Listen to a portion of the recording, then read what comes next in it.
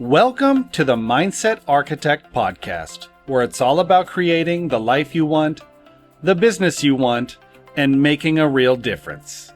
Join us in unlocking the code to true success. And now your host, Tony Caliendo, Master Coach with Rethink Coaching. Welcome to the Mindset Architect Podcast. I'm Tony Caliendo, Executive Coach here at Rethink Coaching. And as always, I want to welcome you and thank you for sharing your time. Time truly is our greatest asset. And the fact that you're willing to share your time with me does not go unnoticed. I'm really excited to talk to you today about the topic at hand in this episode because it's really one of my favorite seasons to be in. And I want you to sit back and really think about your life, your business, and nature, and how things happen in perfect timing. And I do not think that it is by any luck or coincidence that we operate in sync with nature. I'm talking about spring. Spring for me is always this season of renewal, faith, and growth. It is seeing the results of what happened in the previous season come to life. I think about this, right? I think about the beautiful flowers that we see, or the gardens that we see, or the trees that are coming into full bloom. That didn't just happen by accident or by coincidence. We had to go through a season of winter, a season of hibernation for much of the beauty that we're going to experience in nature to witness, see, and experience. I think it's very similar to our business, that our businesses sometimes and really should go through a season of winter, a bit of hibernation, a bit of us accepting that what we're doing is planting the seeds for our future business. And while we didn't see it immediately, having the faith that it's coming, that it's going to happen. I know a lot of us, in particular in the wintertime or during a slower business season, feel like it's stagnation, right? Like we stalled out, that, what is happening? We just don't have the business that we necessarily used to have. What if that was forced stillness? What if we didn't have it in us to slow down and we're being forced to during this season, both in nature, life, and in our business? I think it's really important to honor that it's okay for us to have seasons that are a little bit quieter, a little bit slower, and that we go internal. That we, like a lot of animals, a lot of things in nature, go into a slight bit of hibernation. Now, I want to make this clear. That doesn't mean we don't do anything in the winter, because it's important that we take action in the winter for the faith that the results are coming. We still have sales results in the winter, yet I believe it is a great reminder from Mother Nature that we need to embrace some stillness to prepare ourselves in our business for the spring. And I know nature, right, in winter, really what it's doing is it's preparing for restoration and renewal. It's preparing for that. What if we're doing the same thing? What if it's a season that we necessarily aren't going to see the results immediately, yet the results are coming? I have the privilege of coaching clients across the country, and this is what I know to be true. The clients that did the work still in the winter season have all expressed to me that their spring market has arrived early. I firmly believe if they weren't doing the necessary work in the winter months, even though they may not be experiencing results at the same volume or same level that they do in spring, summer, and fall markets, they still were doing what was necessary, and they are getting to enjoy this spring season of renewal and growth. Did you take advantage of the winter season to plan for a healthy spring?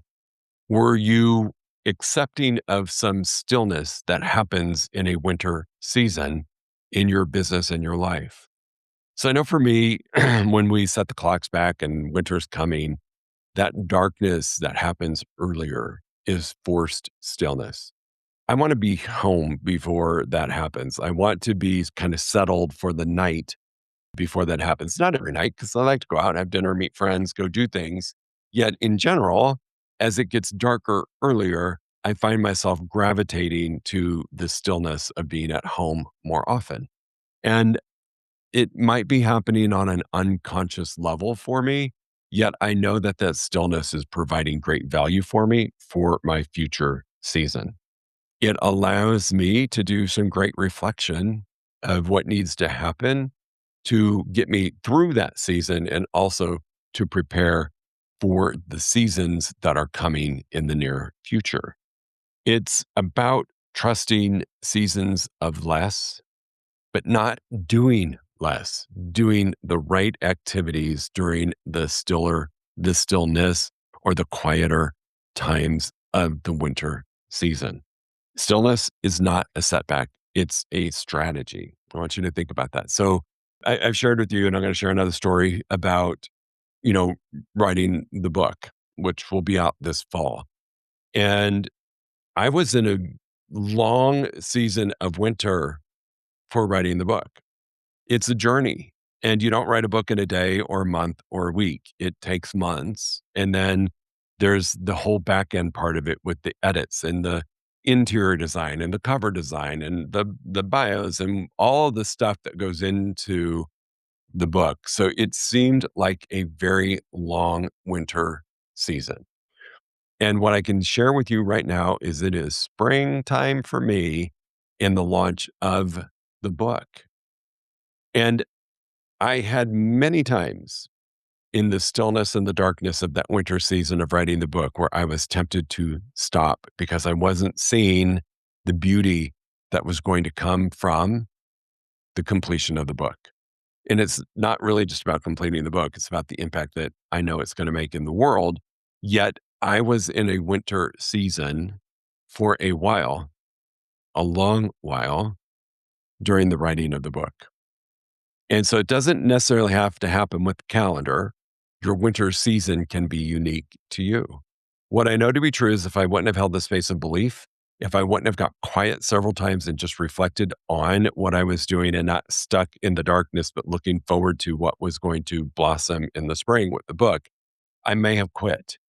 I may have just embraced the darkness and the stillness and said, forget it. I'm going to put this away until a different season. Yet I pushed through. My hope is that you did the same thing during your winter season, and you may be experiencing one now, and just think about it as a season of preparation and restoration. That's really, really what it was. Now, spring, on the other hand, which is here, I can say, here in Santa Fe, our our spring season usually doesn't start till late April. And then we always get one last little blast of winter the first or second week of May. We get a little light snowstorm, no big deal. But our spring season arrived early here. And you can feel it. You can feel the buzz. You can feel the energy. But what I do know to be true is that with spring, spring is about activation. That's what I want you to think about. It's not about a complete overhaul. The spring season is really a season of activation, which is what I'm seeing happening all around me, from business to nature to life to the way that people are interacting with each other. There's just a whole different feeling of activation. Now, this doesn't mean that we have to have a whole new plan just because it's spring. This is what I want you to really think about. The plan you wrote and were working on during your winter season is the same plan we need to hold on to during the spring. We don't ditch it just because there's a new renewed level of energy. We actually want to revisit it because it's about bringing energy to it in a different way than maybe we were able to in the winter months or that season that we were working through in our business. We just need to re-engage it at a different level. We are not needing to start over, right? Thinking that, oh my God, it's a new season, I need a whole different plan. That's really just avoidance in disguise. Spring is to celebrate what you did in the winter months. Spring is just a moment of stepping back and watching the rewards come to life. Focus on what you did and what you need to continue doing. This is the season of revisiting, not changing. It's the season of activation.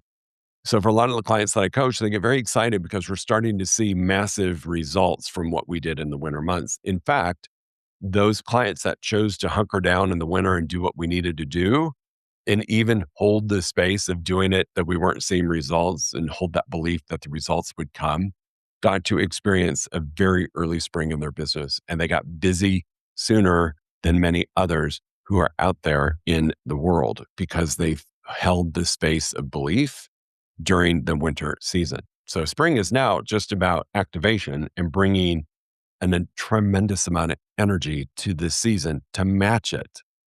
For me, spring naturally is just a season of great energy. Number 3 thing is avoid the temptation to overplant or overseed. Just because it's a fresh season does not mean that everything deserves your attention and that we need to embrace doing more during this season. We need to embrace doing the right more during this season. And yes, we might do more of the right more, yet we're not doing more for the sake of take advantage of this season. I got to go do these 20 other things because it's the season of renewal and energy that will actually dilute your results and can actually make the proven results diminish because you've taken your eye off of the prize. You're taking your eye off of the right thing. So just like a garden, if you overplant it, it's going to suffocate and plants can't grow or vegetables can't grow if they're overplanted. Same thing can happen in your business and your life. If you do too much, you can suffocate what was working or what was going to happen. And I don't believe anybody does that with intention, yet we can see it happen. So get intentional about where you're giving your focus and your energy. Just because you can plant something or just because you can do something doesn't mean you should. Let me talk about this for a minute. We are seeing different people get different results by doing different activities. And there is a temptation because of this comparison game. There is sometimes a temptation in our lives to want to do what other people are doing to get the same results. And what we fail to acknowledge is what did they do in their winter that is allowing them to receive the results that they're receiving. Chances are it wasn't an overnight success. Chances they're achieving the results they're receiving is because they had a different winter than you did. So distracting yourself with doing a bunch of different things because you're watching it work for other people is not a great plan. Giving your energy and attention to what you did and what you know works for you is the best plan. So don't overseed your garden. You will choke it and suffocate it and actually cause harm to the work you did during your winter season in preparation. Doing the right few things or the right more things always outperforms doing more for the sake of more. I just want you to really hold the space of that because there is a temptation to do more, to get more, when the trueness in that statement is to do more of the right more and don't dilute your activities with just more. Number 4 thing, just like a garden, environment matters for your growth. Environment matters for the garden. Environment matters for plants and vegetation, everything. It really is important for you in your growth as a business person and your success in life. The environment you're in matters. So think about this. I plant, that's why farmers rotate crops, right? Because plants will use different minerals and out of the earth and deplete them. And then if we move that crop somewhere else and put something else, it takes different things from the soil and the soil has time to heal. Really, it's the same thing for us as well, is make sure that you're in the right environment. I've talked about this before. Your front row, the 5 people you spend the most amount of time with, that matters because that's your environment. Your physical environment also matters. So pay attention to your physical environment. You know, for me, spring is a time of thinning out and cleaning. I've gone through my closet like 3 times and I've given away a bunch of clothes. And it's just creating the environment that when I walk into my closet, everything I have in there I love, it fits, and I would buy it again if I saw it in the store. What are you doing to create that same environment for your business? Are you weeding your garden of the weeds? So think about that, right? A garden can get choked out or suffocated by weeds. And to have a fruitful and abundant garden, we have to weed it and take the weeds out. Are you doing that in your personal space? Are you acknowledging that some people are not great for you and that they need to be removed? And that's okay. Some of those relationships don't deserve to be in your front row. They might need to be in the back row. They might need to be in the balcony. They might need to be in the parking lot. What are you doing to create the healthiest environment for you to flourish in this season of growth? You, much like a plant, need perfect conditions. And you can control the conditions or the environment that you are growing your business in. Do not ignore it. Just like you tend to a garden, tend to the environment of your business. Acknowledge who's draining you, who is uplifting you, who is your biggest cheerleader, who is your biggest naysayer, and sort that out and create an environment of growth. It makes a huge difference. I think I've shared with all of you, and you may not have heard the podcast, but I'll share with you now. When I meet somebody, environment, and we are initially in a very early stages of a friendship relationship, right? Am I going to want this person to be around, or is this just an interaction at a party and we're probably not going to connect? I can always tell if I want to further a relationship with someone if they are talking about the future. If they're talking about the past and what used to be, and oh my gosh, back in the day, I did this, and they're stuck in the past, or they're not able to look at exciting things in the future. They don't have future plans. They don't even have a vacation plan. They don't have something exciting to look forward to.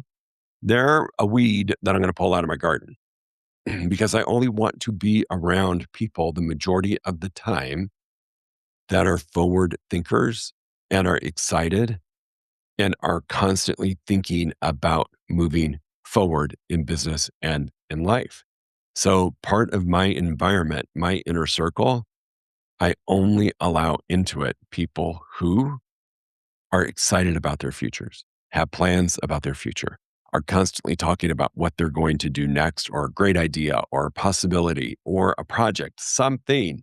Those are the people I want in my environment because their environment becomes my environment. So make sure that just like a garden, you're fertilizing, you're watering, you're making sure that the environment is conducive for growth. We need to take care of that. Number 5, I want you to think about spring is the renewal of spring is about energy, not just action. All right. So it's both.